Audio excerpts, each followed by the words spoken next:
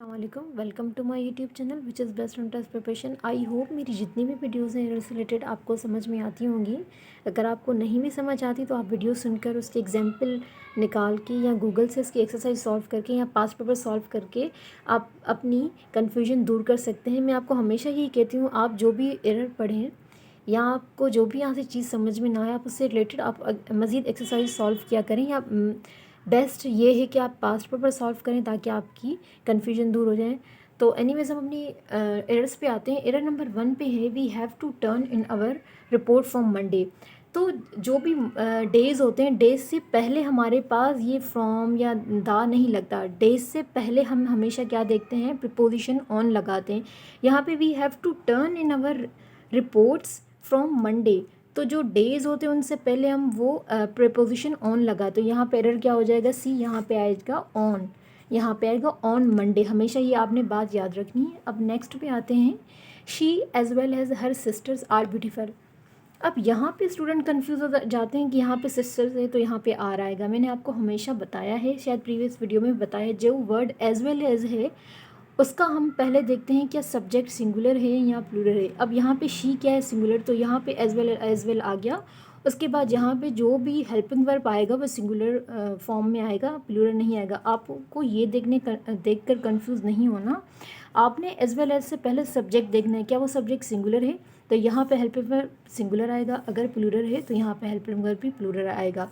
लेकिन यहाँ पे शी है, शी क्या है, सिंगुलर, तो यहाँ पे क्या आएगा, इज़ आएगा, आर नहीं आएगा। ये है, यहाँ पे आ जाएगा इज़, तो ये हो जाएगा she as well as her sisters is beautiful. तो ये ऐसे ठीक होगा। अब थर्ड वन में क्या है, the tickets are valid until the मार्च।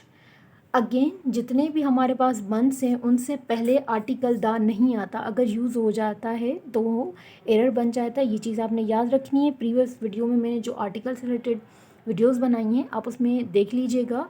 मैं आपको हमेशा यही इस वजह से कहती हूँ कि आप वीडियोस से कनेक्टेड रहें ताकि फिर आपकी जो है ना वीडियोस को बिल्कुल आपको क्लियर समझ में आए। क्योंकि जैसे हम आगे जाते हैं तो कॉम्प्लेक्स चीज़ें एडअप हो जाती हैं, तो फिर न्यू स्टूडेंट को कन्फ्यूजन होती है।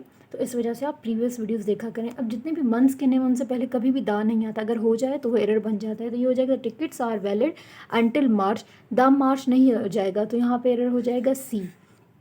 ये जस्ट मार्च और अप्रैल जितने भी मंथ से पहले हमारे पास द यूज़ नहीं होता। ये चीज़ आपने याद रखनी है। फोर्थ पे आते हैं, आई बॉट 2 डजन्स एग।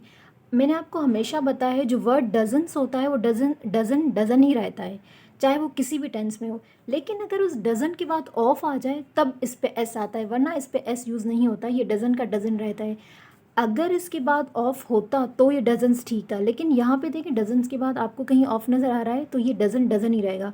एस हम तब लगाते हैं जब इसके बाद अगर ऑफ होता, तब यहाँ पे डजन्स ठीक था, लेकिन यहाँ पे नहीं है तो यहाँ पे एरर हो जाएगा सी।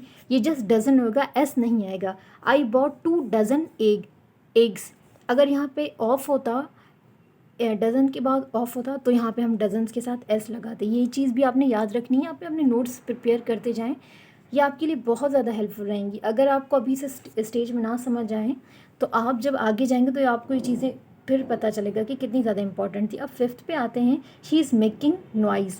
अब जो भी मेकिंग नॉइज़ के साथ हमेशा क्या आता है, मेकिंग अ नॉइज़ होता है। तो ये सेंटेंस ऐसा नहीं होता she is making noise, she is making a noise. तो एरर हमारे पास क्या हो जाएगा, सी, ये अनवाइज होगा, she is making a noise. तो आपने ये चीज़ें, मैंने शायद प्रीवियस वीडियो में भी आपको थोड़ा नो हाउ दे दिया हो, तो इस वजह से मैं कहती हूँ आप कनेक्टेड रहें। तो ये बहुत ट्रिकी चीज़ें हैं, ये हमेशा हर पेपर में आती हैं। तो आप काइंडली इसको मेमोराइज़ करें और इनके नोट्स बनाएं, इसके एग्जाम्पल। अगर आपको समझ में नहीं आता तो आप मुझे कमेंट्स बॉक्स में भी लिख दिया करें। मैं आपको एक ट्रिक भी बता दूँगी किस तरीके से याद किए जाएँ। Thank you, all the best, अल्लाह हाफ़िज़।